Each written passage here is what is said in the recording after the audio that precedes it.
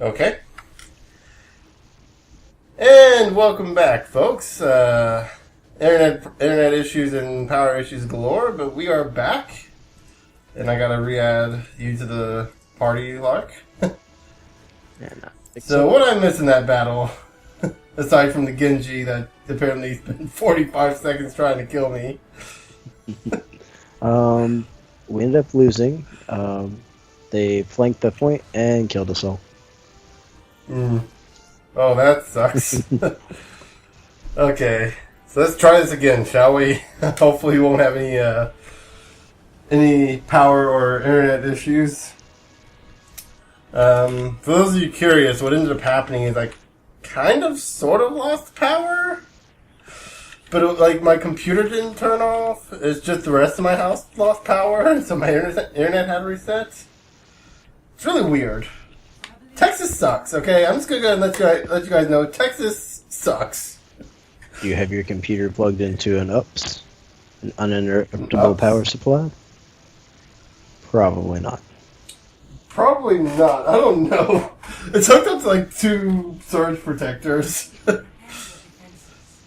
didn't have no plugs in one surge protector, so I plugged in another one to it. Hope you didn't plug the surge protector into the other surge protector. No. What it is? It's kind of it's a plug expander. I think is what it is. I don't think it's not like an actual surge protector. Oh crap! I don't know who to play for this round. Get a tank, like a hard tank. A hard tank? Yeah.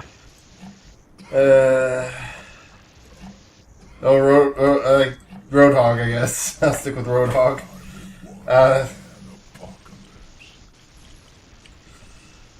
So what were we talking about before the power upload, before the power turned off? We were discussing Team Fortress 2. Yeah.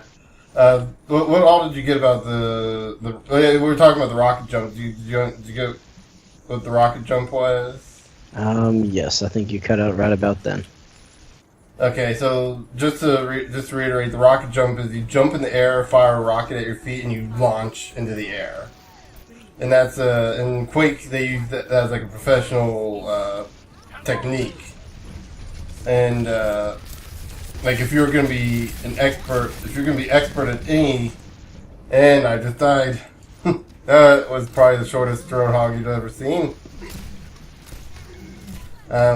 But if you were going to be an expert at anything in Quake, you had to master the rocket jump. Because it got you into areas that you normally wouldn't be able to access much faster, you know?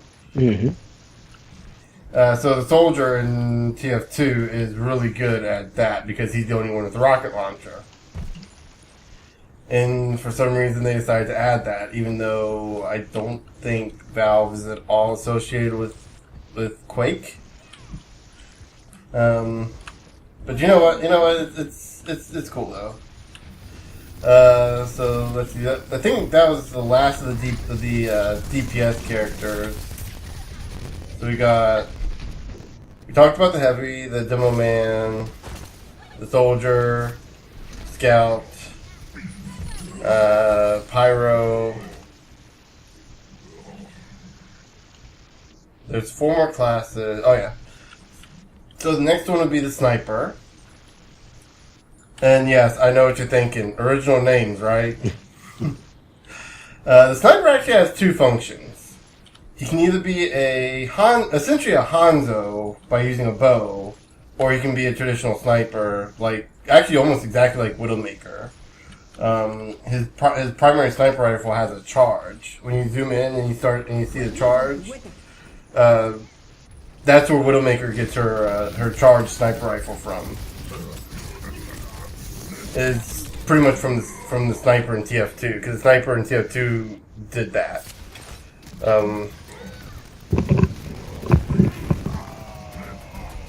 Should I be someone other than Roadhog? I have no clue how to play Roadhog properly. Probably so. Okay. This match hasn't looked good from the start, though, because we've got a Tracer, a McCree, and a Junkrat. Well, Junkrat's not bad for defense. He was a 76. Yeah. That was 3 offensive heroes on defense. Okay. It's not the right way to play that. Yeah. So like I said, so we got the sniper who was... Yeah. Okay, so going back to TF2, we got the sniper who is, a sniper. So you basically, like, pick a spot, snipe, and, you know, the idea as a proper sniper is to go around and get other areas. Go around to other areas so that people don't constantly know where you're at. Of course, most snipers, you know, like just like in Overwatch, play their class rather crappily, and they tend to camp one area thinking this is the best area ever, and then get headshot by a bastion from a mile away. And no, I've not given up on that. Whoever that bastion player is, I will find him, even though I can't remember his name, even though I can't remember his username. I will find him, and I will destroy him. Even though I have no way of finding him in real life. Anyway, that little tangent gone. So that's a sniper in its basic mode. But then you have the bow, which, like I said, basically acts like a kind of like Genji, kind of like high damage, better defense. Then after that, we start moving into the support characters, which you have the engineer, which is basically kind of a combination between Symmetra and Torbjorn. And the only reason I say he's anything like Symmetra is because he has a teleporter. But he basically sets down his turret, levels it up, and then he also has a teleporter which can be leveled up to teleport things faster. And then he has an ammo crate which can be used to give ammo to the party and to his turret, so his turret doesn't run out of ammo. Because unlike in this game, in TF2 you had limited ammo, and if you ran out of ammo, you had to rely on the packs on found around the arena.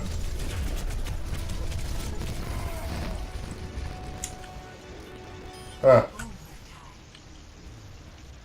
You still there? Yeah, the Tracer got the overtime. Okay. I was trying to prevent that. Oh, there you go. Yay, we won! Okay, so... Let's see, what was it? So we got the engineer. Also, the engineer's nickname for a while was Mr. RTS, because he basically played the closest thing to an RTS as you could in a first-person shooter. Because much like Torbjorn, you get the turret out, and then you find a place to set it, and then you'd upgrade it, and then I think you could have more than one turret with the engineer.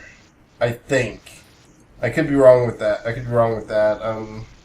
It's been a long time since I played TF2. Basically, if you look at the date of my last video for TF2, that was the last time I actually played TF2. Actually, no, I tried playing like a year later after that, but for some reason, like after I moved down here, for some reason TF2 kept kicking me off for cheating, and I to this day could never figure out why. But yeah, and let's see, we have 2 more classes left. So we have the sniper, or the spy. Excuse me. Who should I play? Would you rather be a healer or a tank? I'm no good as a healer in this game. Okay, you go tank and I'll go healer. Okay. Should I go Reinhardt? We have a Reinhardt now. Oh, we have a Reinhardt? Okay, so I'll go Diva then. Like I said, so the next character in TF2 is the spy, and the spy is a very interesting and very complex class to play because he has a very kind of unique moveset. One of his moves is he goes invisible. He looks at his watch to check the time, and he goes invisible. and then you have like a little meter on the watch telling you how much time you have left. And then so yeah, your cloaking is limited. So once you run out of cloaking, you have to decloak and let it recharge. Then you have your disguise, which you can disguise yourself as one of the other opponents, and it's like your username was random. Like you picked what class you disguised as, and like your opposing side's username was completely random. So you could be fighting against You could be fighting as Pig Humper 41. I don't know why I said Pig Humper. That was the first thing that popped in my mind. Because this is the internet. And if you decide to play as like a scout, and the opposing team was like actually coordinated, and they knew Pig Humper or Pig Lover. Well, what name did I choose? I forgot. I think it was Pig Humper. Yeah, Pig Humper. I'm not gonna lie, part of the reason I thought Pig Humper was I saw Roadhog. Really, I should have said Outback Steakhouse. But anyway, so if you're disguised as Pig Humper, which you didn't have, like I said, you don't have a choice which user you disguise as. So if you play a scout and your name is Pig Humper, and they see Pig Humper running around, it's like, oh, he doesn't normally play a scout, must be a spy. They can take you out. But in a realistic scenario, when you're playing against people who think they know how to play a game but really don't, because much like in Overwatch, in TF2, no one ever holds the point. Ever. I think the only time I've seen it was during the Halloween updates. But yeah, so that ability, his cloaking ability is actually pretty cool. It's actually pretty good if you can play it right, and you don't have someone on the pyro constantly trying to flame you, because that's one thing they do. If they suspect you as a spy, he doesn't have the pyro can just pop a. Wow, that was stupid of me. Well, that was a waste of an ultimate right there. So Lark, because I know you're probably not going to be watching this video, let me go ahead and paint the picture that was my my spectacular use of an ultimate. So I popped my ultimate in the middle, at the beginning of at the entry of the spawn point, where it's completely useless. And as I pop my ultimate, as I'm jumping out, I jump off the edge of the map and die. I can't tell if my internet connection is messed up or if he's extremely focused right now. Focus. There we go. Ooh, thank you for the res. Yay, and I can mech up. So yeah, going back to TF2, because I kind of want to try to stay at least a little focused on something. And Lord knows I can't seem to stay focused on Overwatch. Are you getting this, or is it like just going in one ear out the other for you? There's a lot of things going on right now. Yeah. But like your focus is for the viewers, though. So. Yeah. Oh, true. So the cool thing about the spy is that you have the disguise and the cloak. While you're cloaked, you can't attack, and while you're disguised, you can't attack. But what you do have, what the spy has, is he has his trusty revolver, which is a very powerful weapon on its own, and a knife, a butterfly knife to be exact. So for those of you who don't know what knives are by name, that knife that you see people flipping around and folding and unfolding, yeah, that kind of knife, and he'd kind of flip it out and. There's two configurations that the spy had for the knife, and depending on where you were in accordance to the enemy, depending on the configuration. The basic one is you held the knife, like I call gangsta style, and just kind of stab normally. But if you got behind a guy, if you got behind an enemy, you could actually you could actually initiate a backstab, and you know when you're behind a guy when the I did not even see that Widowmaker. Wow, what am I? The Let's Play curse, ladies and gentlemen. You get to see me fail even harder than I normally would. So anyway, so the cool thing about the spy, about the so the thing about the spy is he would flip his knife to the backhand position for the backstab.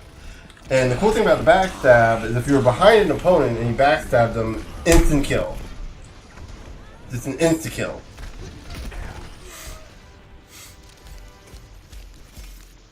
So okay, you're Mercy? Yep. Okay. I'm curious, how many times did you die? Did you die at all? Like 15. Oh, 15, okay. I made the mistake of following a Reinhardt. I died 7. Wait, hold on. Isn't Reinhardt like the best guy to follow for Mercy? Yes, but ours was not. Oh, one of those Reinhardts.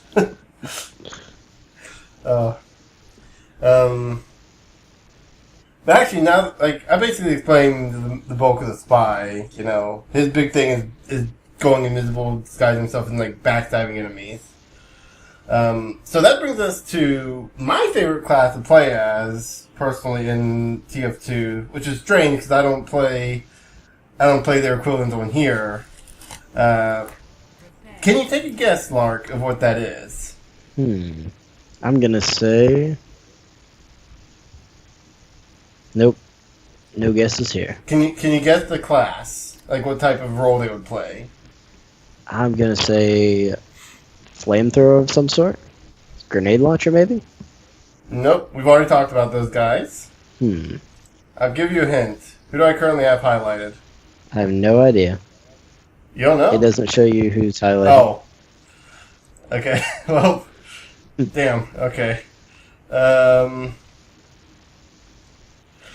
Okay, so I'll go, the medic.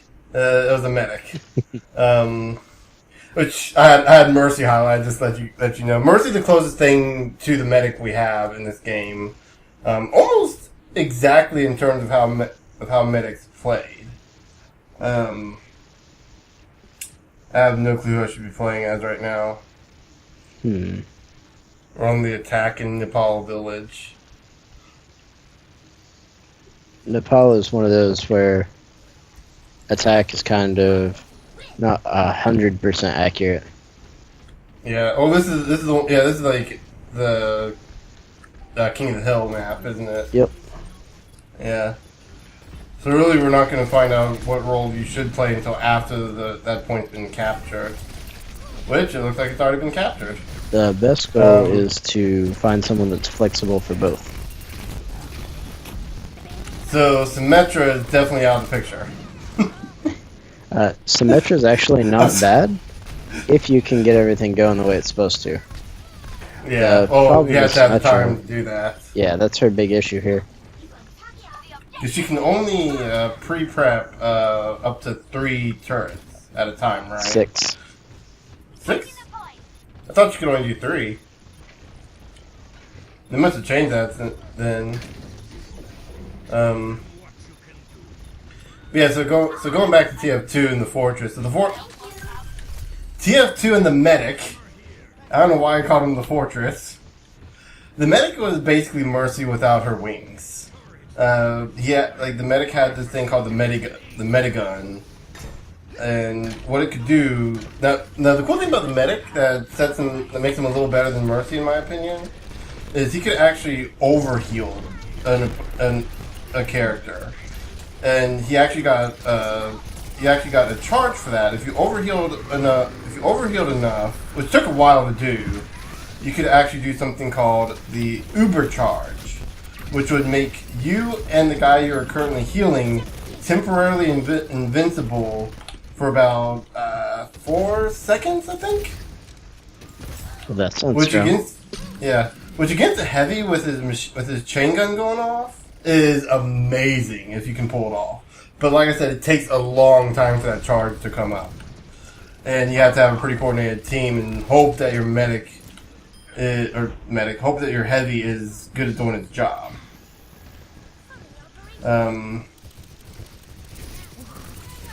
Then outside of that, the medic had a syringe gun, which was basically, I believe, they're basically almost exactly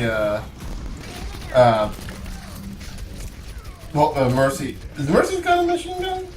No, she has a pistol. A pistol, okay. That's sort of the medic. The medic has kind of like this, like a machine gun pistol sort of thing. Only it fires syringes out. And then his melee weapon was a bone saw. One of my favorite TF2 videos, if you look up Meet the Medic, there's like videos for every class. There's a meet the class video for every class. The medics is by far like one of the funniest because he's performing surgery on the heavy. The heavy is perfectly conscious and aware of his surroundings for this, and for some reason not in pain. And I believe it's been a while since I've seen the video, but I believe it's implied the medic can no longer perform surgery in Germany. No. He lost his medical license. You don't know why, but he starts off like the scene starts off with him laughing, and he's like, and that's why I lost my medical license. And the heavy's like just kind of like has this kind of blank stare, like he doesn't get the joke. But eventually, he starts experimenting. Like the heavy's like ask him like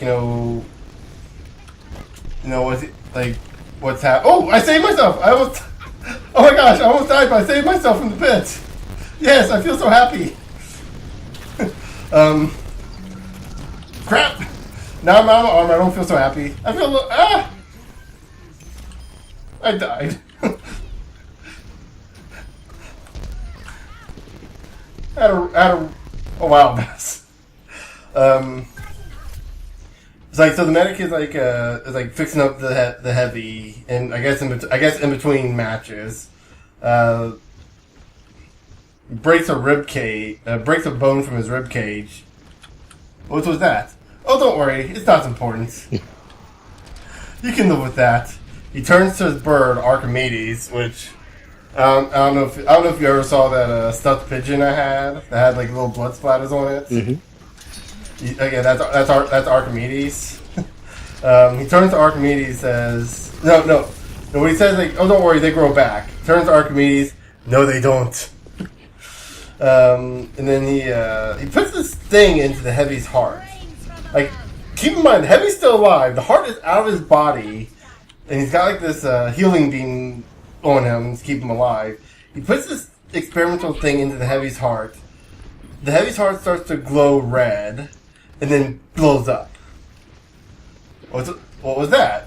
Oh, don't worry about it. We'll fix it up right up. He goes in the refrigerator, pulls out a huge heart, and the label for the heart is a gorilla's heart.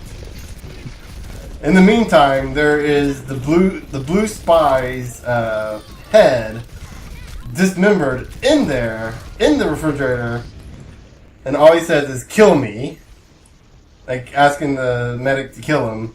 The medic says later, "I'll kill you later." He puts the thing that he put into the gorilla's heart, shoves it quite violently back into the heavy's chest, seals him up. The heavy's fixed up, and he's like, "So what do we do now? Let's go practice medicine." He busts out, the door busts down with the heavy in front, firing machine guns. Birds fly out in a majestic way with the medic healing him and then uber-charging him, showing how badass he is. Then I think at the end, like on a pile of bodies, the heavy and the medic are like in like these victorious badass poses on top of dead bodies.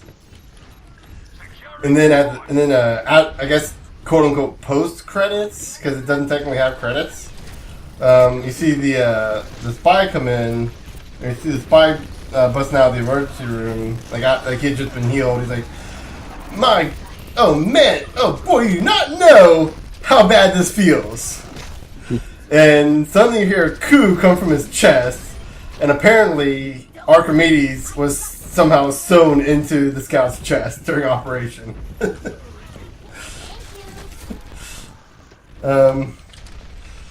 yeah, so that's TF2, and I don't know how long this video is going to be.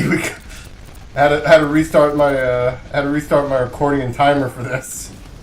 So we're 26 minutes into this part of the recording, so I think we're probably 10, 15 into the other one. Sounds about right.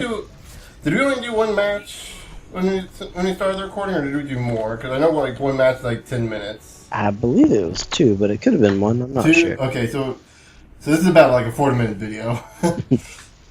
It's almost long enough to be a podcast, a really short podcast. Which, I mean, you're here. Technically, that's basically what it is.